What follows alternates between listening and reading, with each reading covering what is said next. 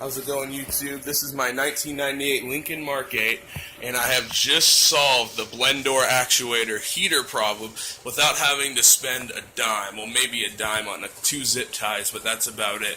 Okay, so most of you guys, if you don't have any heat inside your Lincoln Mark VIII, 99% of the time it's the blend door actuator. I highly doubt it's the heater core, but most of the time if you're not getting any warm air out of your vents, it's not getting hot at all, it's because of the blend door actuator, okay? Now the blend door actuator is located right underneath this computer screen right here. Okay, most of you guys are familiar with it.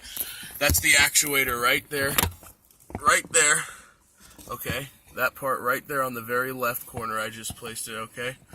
This is the actuator right here. I'm just going to point to it just so you guys know. That part right there. That's the actuator right there, okay?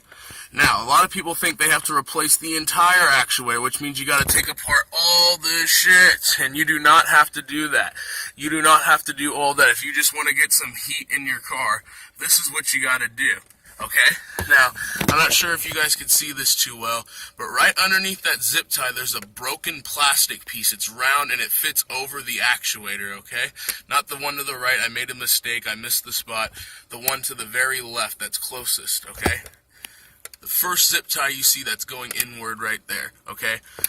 You fit it over that piece of plastic right there. That piece of plastic right there is stopping it from cycling from hot to cold, when you switch it on your thing from, AC to, heater. I just put vent and always have it on 90. So you go from AC to vent, AC to vent, to heater, AC to heater, AC to heater. You get the point. So basically, it's stopping it from cycling because that piece of plastic that I have the zip tie around is broken, okay? But you can get heat out of it if you push it down. You hear that? Okay, so when you push it down like that, it gives you heat. When you let go, it goes back to cold. Heat, cold, heat, cold, heat, cold, okay?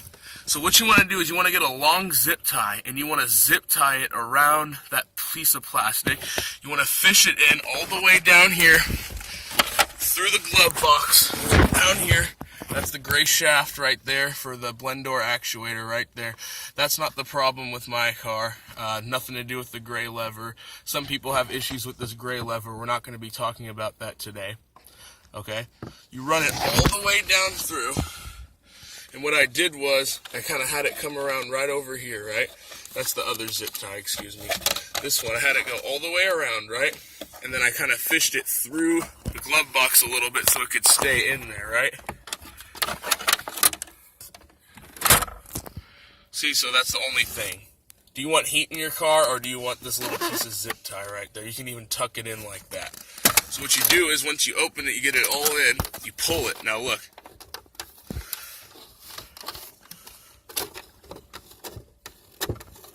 You hear that? Now watch when I pull it. Watch. Okay? All you have to do, pull it once like that while the car is on, and you will get max heat to the very max, okay? You will get full hot heat. Maximum as you can. Sometimes if you just press off and you go back to AC, it'll cycle it back to AC only sometimes. Majority of the time you have to turn your vehicle off, turn it back on, and then it goes right back to AC, because right when you turn the car off, it moves it right back up, essentially like this. It does that by itself every time the car turns on. Here, let me find my keys, I'll show you.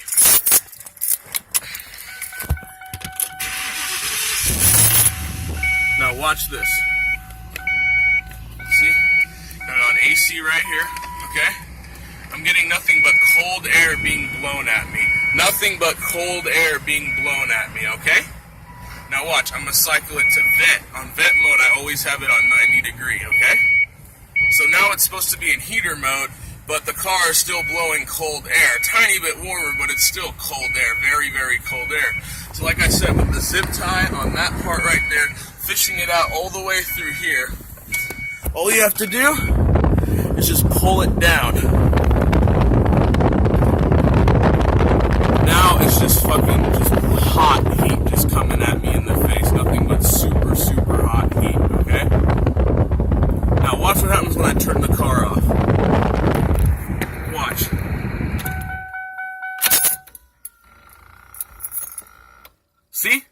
cycled it right back. It moved it right back into spot. Now watch, right when I turn the car back on, even though it's on vent, right?